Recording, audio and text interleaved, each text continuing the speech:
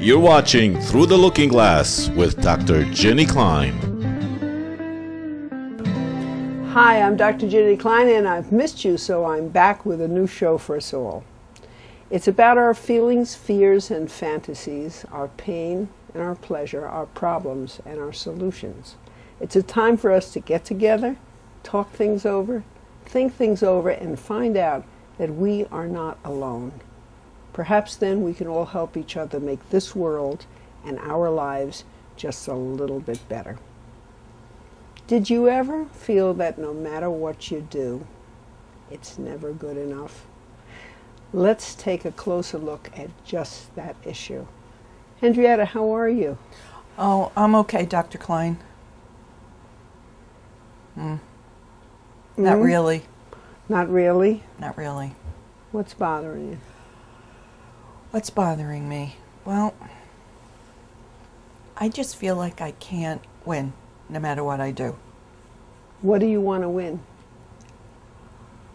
I would like a thank you, or I just feel, I don't know how to explain it. It sounds like I'm whining, and I don't want to whine. But something's troubling you. If you do something and you don't get a thank you, that's not whining, that's an uncomfortable feeling. Did you ever figure out why you don't get a thank you? Why do you fear that you don't get appreciated when you do something for someone? I don't even know where to start. You know, there are so many examples that I can give you, but I find that I get myself into the same routine all the time. You know, I offer to help someone out. Yeah. And I will go out of my way. And I will do something, and it's, oh, you didn't get this? Or, oh. You mean it's never It's never good enough. Never good enough. Who's that coming from? Them or you? Them. Oh, do you believe it? Well, you know, sometimes, I don't know, you know, like I'll offer to do something, and I'll say I'll pick something up for somebody, and I pick it up, and maybe I'll bring it by around 4 o'clock instead of 3 o'clock. So maybe they wanted it earlier, but Who's thinking that? You? I don't know, but when I bring it, it's like, oh yeah, okay. Or good. Or and good. You interpret that as you didn't bring it earlier enough. Or good. People say good. You know, when you I don't know, if you do something for somebody, shouldn't they say, gee, I really appreciate it, or thank you? Some people do. You do something and they say good. Good? What do you mean good? Like good doggy? You know, what is it? Were you a good kid when you were a little girl? I think Were you good enough? Was I good enough? You're not sure. I don't know how are you good enough. I made mistakes when I was a kid. You know, I was a pretty decent kid. I didn't get into much trouble, but I wasn't perfect. Who's perfect? Well, I don't know. The little girl grew up the street from me. She was perfect. Oh, you could tell by the way her mother adored her? No, the way my mother adored her. Oh, so you were compared to the little other kid, and she was always just a little nose ahead of you. Right. And she was the perfect one, and you weren't good enough. Right. Uh-huh. She always helped her mother. And when you're a little child, what did you imagine so you could get those compliments? Do you imagine if I was good enough, I would get the compliments? It was like her. But I did everything that she did. I did all the things that she did. I used to go shopping. We used to go grocery shopping. Did you feel good enough? Or did you feel your mother liked her better? My mother liked her better. Ah. So how did you explain that to yourself if you know you did the same thing she did? I think, you know, you like people better if they don't live with you. You know, my mother really didn't know her. You know, she knew her in a certain way, but she didn't live with her. So she had a kind of distorted idea that she's a perfect girl 100% of the time. Yeah, maybe And that was you maybe ate one strawberry more than your brother, your sister, or something, and you shouldn't have. So No, that I couldn't get away with that. So Oh, you I didn't couldn't? know. Oh, but you I was the oldest. You were the oldest. Mm-hmm. Oh, okay. So somewhere or other, you could imagine. You had a good imagination, right? No, I had terrible imagination. Really? It sounds to me you had a marvelous imagination, but it didn't do very good for you. You probably imagined that if I were perfect, this is the word you just used before, then I'd be good enough. There is no such thing. I just think she liked this little girl better than she liked me. Yeah, but then inside yourself you asked why. And so maybe this girl was better than you. She was perfect and you weren't. You know, the difference, like, this was my best friend growing up, and the difference in us, I wanted to have fun, and I wanted to go out, and I wanted to play, and I wanted something for myself. And her? She was always in the house in her pajamas and, you know, just boring and quiet. Well, it sounds like a part of her spontaneity and her enthusiasm for life, which kids usually are born with, was repressed. And maybe she just, her spirit was broken and she didn't have that spontaneity that you had. Well, maybe that's what my mother liked, a nice, quiet kid. Yeah, who wasn't running around and smelling the flowers and looking at the rabbits. You know? Right, and having fun and wanting to go out. That's called a normal child. Children are very curious. They're always learning something, and they're enchanted with the trees and the flowers and the rabbits and all the fun things and their imagination. Well, I guess she didn't like that because, you know. Oh, there's too much running around after you. Well, the point is that no matter what you do, you wound up with this feeling you never do. It's never good enough. Never. For whom? For the perfect girl you should be, or for your mother? Well, it must have been for my mother. But did you think that she would have liked you as well as the other girl if you were good enough? And not running around and being quiet and stay home like the other one? No, I don't think I ever thought that. I don't think I ever thought that. I think But I you're just, bothered by people's reaction, which is a function of them, Well- not how good you are. Well, the thing is, I'm thinking, well, this is the kind of mother I had. Okay. So now that I'm an adult, Yeah, how come I end up with the same kind of people who do the same thing? because you're still Hi. trying to be good at it. Hi, I'm here, you know, and they yawn, like, so what? Hey, you can grow up, but there's something bothers us as a child because our mother's big and tall, and you figure she knows everything, and if she doesn't appreciate you, then you're not good enough. And somewhere or other, you don't let go of that. It goes into your unconscious mind, which is 90% of your brain, and you keep trying to do good things, and you don't get the appreciation because a giver always finds a taker. If you give to another giver, they'll be so appreciative. But if you give to a taker, it's never good I'll enough. give you an example. I was just away for a friend's birthday for the weekend, and there were 2 other women, and we were going to take this one person. And this one person, you know, she's The birthday girl. the birthday girl.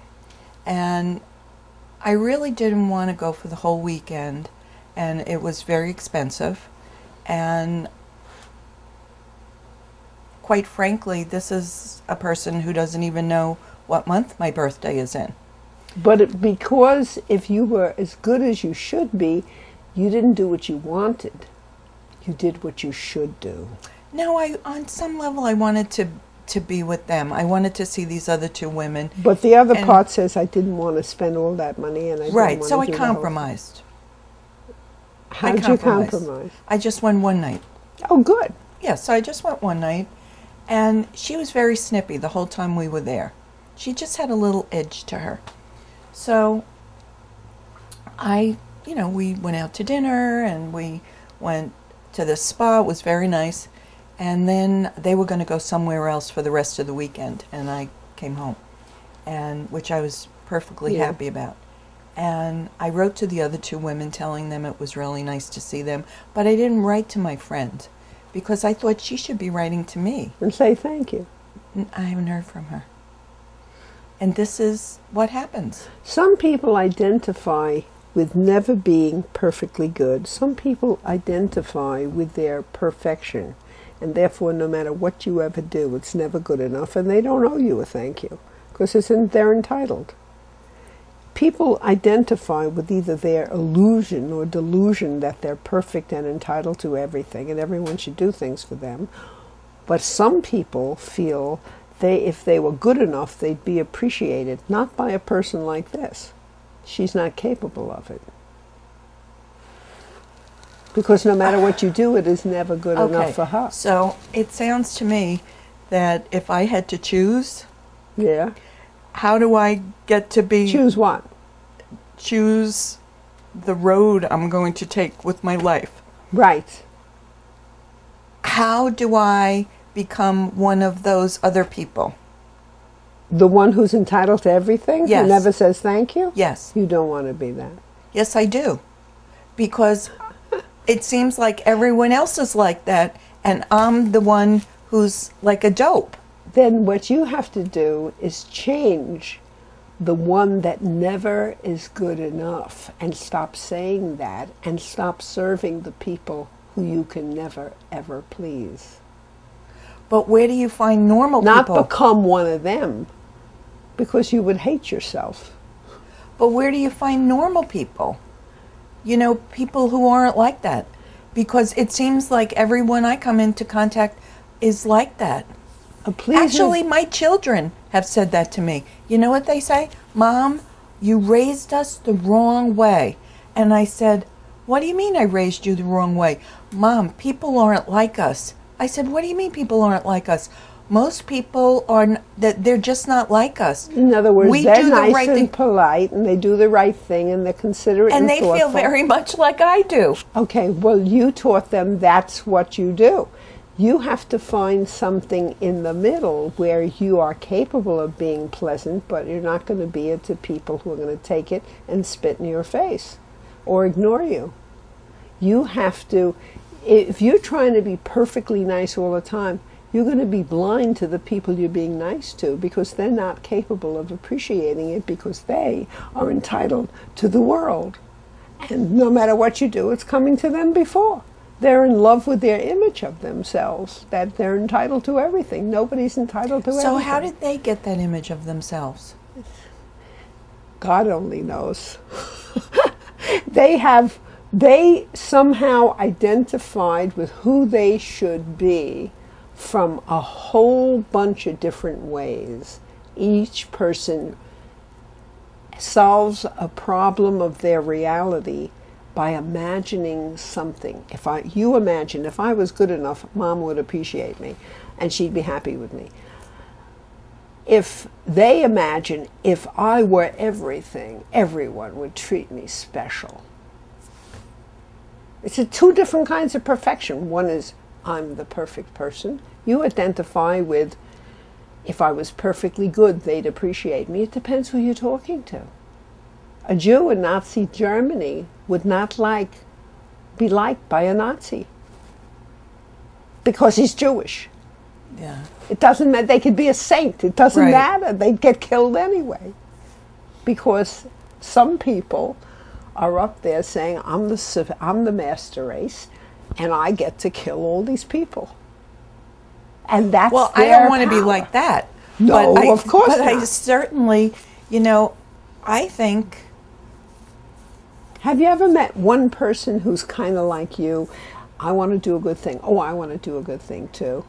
Do you have one friend? Yes. Who is it? Yes, my best friend. Oh, thank God. Now that person, when you do something But we talk about the same thing all the time. We talk about this all the time. Yeah, but here's what you can bring to her as a present, what you're going to learn. That is, in your imagination, there's an infinite self, either an entitled self that everybody should do for, or a good Nick, a good self that's perfectly good. And if I was perfectly good, no matter who the person is and what kind of craziness they got in their head, they would thank you for being so nice. These people that you're describing won't thank you because they're entitled to it and they don't have to. But see, I have a very difficult time with understanding that. Because I don't understand how you just don't say please and thank you, how you don't... That's because of who you are. That's your way. I But don't other people understand that. Yeah, but other... And my kids say the But same you thing. do understand it because you're saying this person didn't even write me a letter after that. Well, not even a letter, but a phone call or a note or...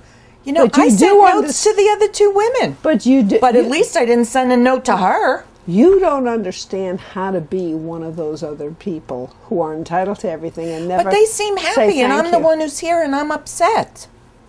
You're upset because inside yourself you imagined if I was perfect enough, someone who isn't capable of it would thank me.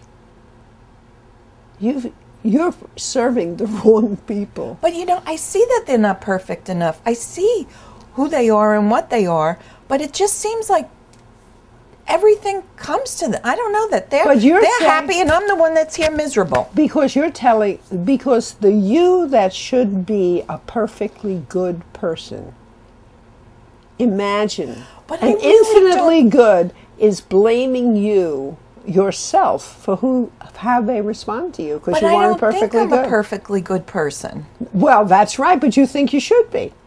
And if I was good enough, they would appreciate me. It's an imaginary idea. Well, how about I am good enough and they don't appreciate me? That's because of who they are. So, well, if you want to accept that, I am. So don't be so good next time because they can't appreciate you. But the thing is, if you eradicate all these people from your life, you eliminate them, Hey, you know, wouldn't you're that going to be be all nice? by yourself. No, honey. There are other people like your best friend who are very much like you. Givers. They say thank you. They appreciate what you do. But we are say the same thing to each other all the time. You know, are you having a hard time? And I can't believe it. And, you know, we just go, Yeah. geez. You know why? Because you're looking at the other person. You have to look at the other person in your imagination. When you were a little kid, did you ever wish, well, if I was good enough, Mommy wouldn't be upset? If I was good enough, Mommy would be happy with me like she is with my friend. She would think I'm perfect like she thinks that girl is perfect. If I was a good enough kid. Did you ever think that? How come she likes that other girl better than me? How come she says how wonderful she is and she doesn't say that to me? You know, I always thought it was because Connie was, you know, just, well, now Better than you. No, she was boring.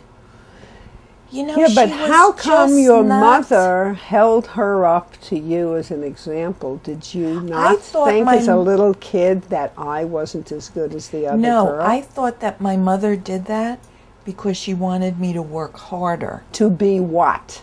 Perfect like the other girl? Well, to do the things that the other girl was, Then Connie you'd be was what? doing. Then you'd be what? Perfect enough to be appreciated by your mother the way she liked the other girl. See, that's where the perfect, it's an illusion.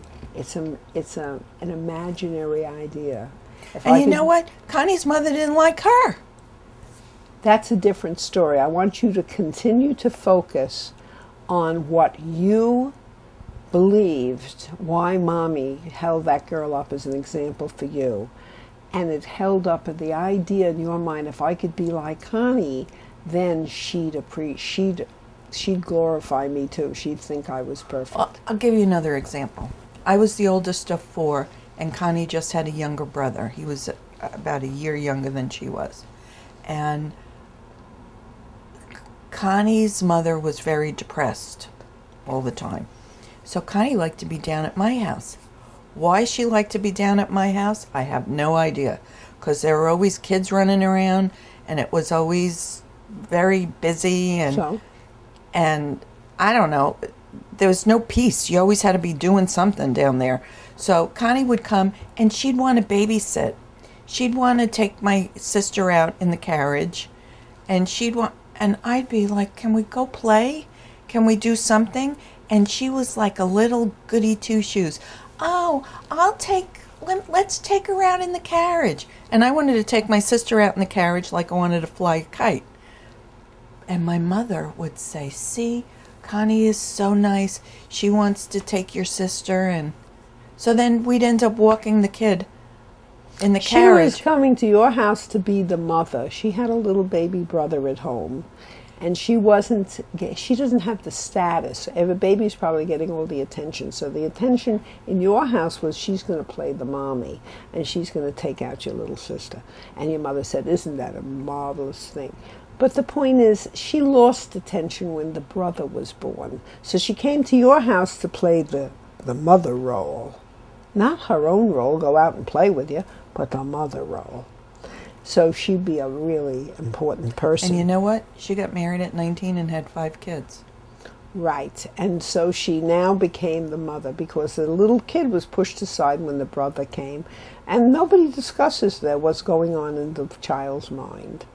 You know what I mean? And inside your head, your mother admired that girl. And therefore, and you were just a kid who wanted to go and play, which is perfectly normal and healthy. But she probably wanted me to be like a little mother too, so then she didn't have to take care of my sister. And she always compared you to Connie, which meant you were never good enough. No. Okay, so who did you invent? I should be good enough. So with your friends, you were good, you were good, you were good, and you don't. Yeah, and you're feeding people who are takers rather than equitable, like your good friend. Your good friend, talk about this all the time, but it's the same dynamic. No matter how good you are, you won't change another person's character to have them appreciate you. But there are just so many people like that, Dr. Klein. Honey, you got to find I would have nobody to be with. That's not true. You have a good friend. Yeah, and you consider her your good friend because she's not like those other people. But it took a long time to find somebody like that. Well, you know what? There are good people in the world, and there are people who don't think they're entitled to everything. And every time she would say, well, I'll be happy, I'll help you, and I could do this, I looked and I was, you will? You know, the only person you have to beat is the one inside your head that's telling you you're not good enough. That's why Mommy preferred Connie. So all this came from my mother. You imagine if I was good enough, perfect enough, like Connie, my mother would appreciate me. That person lives in your mind. That's the one you got to argue with. It's not an outer issue. It's an outer issue when you look outside, but you have to look inside at who inside your mind is telling you you're not perfect enough. That's why Mother likes Connie. And putting you down all the time. So you figured I'll be better. But you'll always find takers that way. You have to fight the war with the person inside. If you're looking outside all the time, that's not where you'll solve this problem. Well, my mother is still alive. And so is the perfect girl that you thought you should be as a child. That's quite alive. And not only that, it lives in your unconscious mind and at a speed of 400 billion synapses, a little gap between the neurons of your brain, it tells you you're not good enough all the time. And all you see is the one outside yourself. You've got to fight the war with the one inside yourself. That was built by your imagination in desperation. If I was good enough like Connie, Mommy would appreciate me more. The fact of the matter, so you tried your whole life to be good, good, good, and you never get there. I said, well, you are good enough, except that an imaginary thing, you can't change another person's appreciation of you because they do that from their structure inside. So you got to argue with the perfect one. So it's really not me. No, it isn't your fault how people respond to you. They have their own little complex self-system inside, and so do you. The one you have to argue with is, the one that says, well, you should really send her candy, you should really call her, you should really send a note. And you say, shut the heck up. Stop telling me, that. Okay, so next week when we talk, I want you to think about that self and have a conversation with yourself, that other one that's never perfectly good where you should be. Okay? Okay? And you call me if you start having questions anytime, day or night. You call me because we're going to work this out together. All right? So I don't have to become one of them. Right. Okay. I'll see you next week, okay? Okay, Dr. Klein. Okay. Now, I just want to say thank you, Carol Dorley, which You're is your welcome. real name, for doing that marvelous role. And the reason that you do it so well is because you're a psychotherapist, right? Yes, I am. Where are you a psychotherapist? In Somerville. In Somerville. Carol Dorley, who's done so many of my shows, I thank you very much. And I want to thank you very much, Carol. That You're was welcome. a great role. Really good, and so many people are into that. Thanks a lot. Anyway, thank you, Carol Dorley, and thank you for watching and saying hello when I'm bopping around the supermarket. And I just want to say to you that you have to be really, really good to yourself. And anytime you have a question, give me a call. Get a pencil and write down the number. Give me a call if you have a question. I'll be happy to speak with you. And just be really good to yourself and just keep looking through the looking glass. Take care. Dr. Jenny Klein would love to hear from you.